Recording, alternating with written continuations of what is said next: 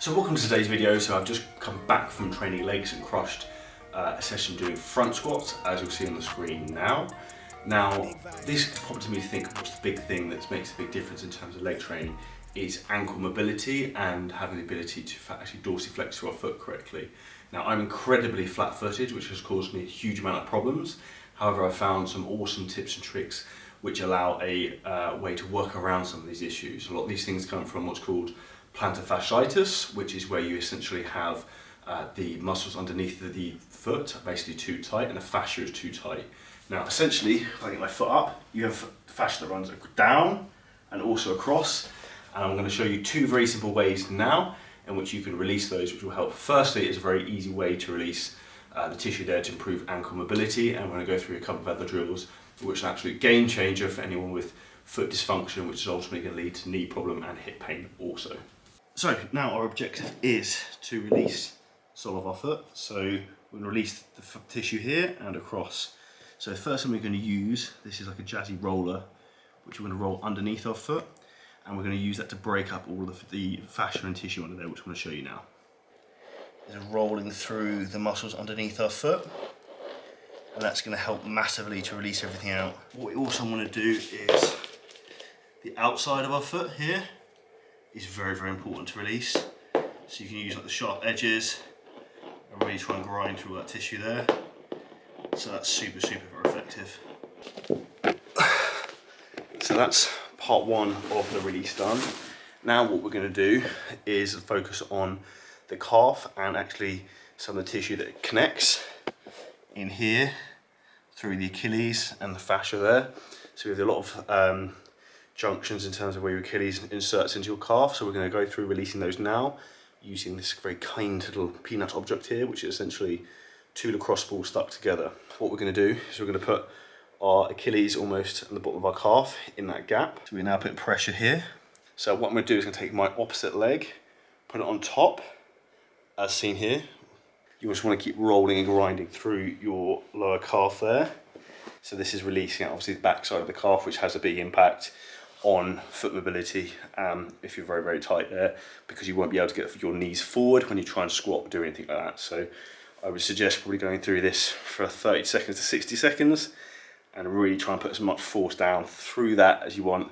And it starts to get a little bit unpleasant after a while, but that's literally it. And you should find the more you rock through that, almost the more it loosens out. So the importance of ankle mobility when squatting, I'm going to demonstrate now by showing how much foot flexion you actually need to try and push your knees forward.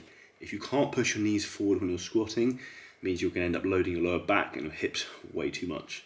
So you'll see here now how the difference is between my right foot, which is very flat, compared to my left foot, which is normal-ish. So right foot knee flexion, that's as far as I can go. So this is tight here, and I don't have the ability to go further forward here, which means the amount my knee can travel forward is limited to there, which means I need to use a heel raise, like you saw in my front squat video today, to get optimal range of motion, so I can then come further forward with knee travel to then train my quads more and not my lower back. As you see on my left side, I can come a lot further forwards. It's obviously difficult to show here, but that knee flexion can drive a lot further forwards because I have more mobility here. So this just highlights the importance of fixing the ankles to then fix the knee to then fix the hip. So stage number 3, what we're going to do is we're going to use this peanut here. We're going to take one leg across, so I'm going to sit cross-legged, and what we want to try and do is get the ball here and jam it into our calf and to stick it between the bone and the calf, and you want to try and break that up, and you can find that's really gnarly, really tight, like there for me. That's really, really sore and tender. If you don't have one of these, you can use your elbow, but what we're essentially trying to do is pull the calf away from the bone because it tends to want to stick. So we want to try and break that up. So step number 4, which makes a big, big difference, we're going to try and release our fib down the front of our shin. So what we're going to do here is going to use a trusty massage gun. We'll get tied up. So we're going to use this and literally just run through the front of the shin, all through here. And again, you can do that, again, taking the foot through dorsiflexion. That's just going to help to loosen off any tension of fibres through there, and you might also find even gnarly bits to the outside. And again, all of this makes a big difference to fixing foot issues, ankle issues, and ultimately fixing a lot of knee and hip pain, because the knee is a joint of consequence, which essentially means that if you have knee pain, the knee is a hinge joint, which basically means all it can do is extend the lower leg essentially.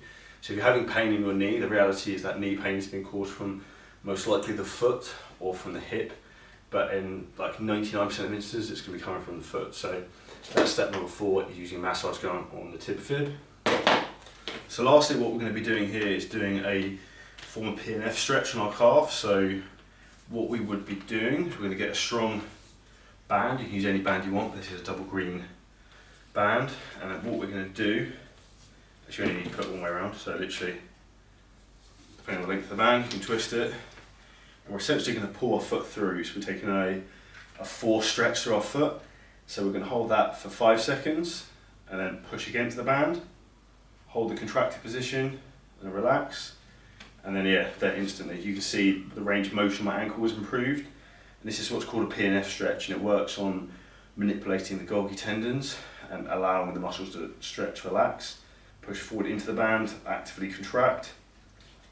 So you can hold that again for 5-6 seconds, and then when you relax, again you find more range of motion. So again here, so you'll find this makes a big difference in terms of your ability to squat.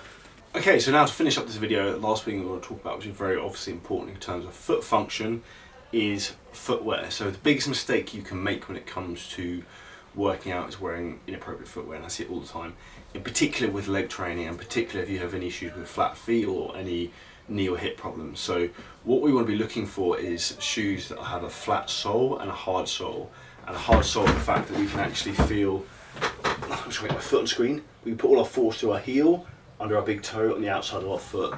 And when I think about that as the 3 points and 3 contact points with the ground, then we're always trying to press through and maintain an arch in our foot. Now, in regards to footwear, what would I suggest? So something like these, which I've actually just started wearing, are insane. So these are the VIVO, I don't know what they're called, VIVO Barefoot? Yeah, VIVO Barefoot. So again, completely flat soled, super bendy, and you can literally feel everything through the floor. They also have a very wide toe box at the front, which allows your feet and your toes to move independently, which makes a big difference. Other suggestion, which is the GOAT, which I use a lot, are the VIBRAM 5-finger shoes. So they look a bit jazzy, they're probably not everyone's cup of tea, but they make a very big difference.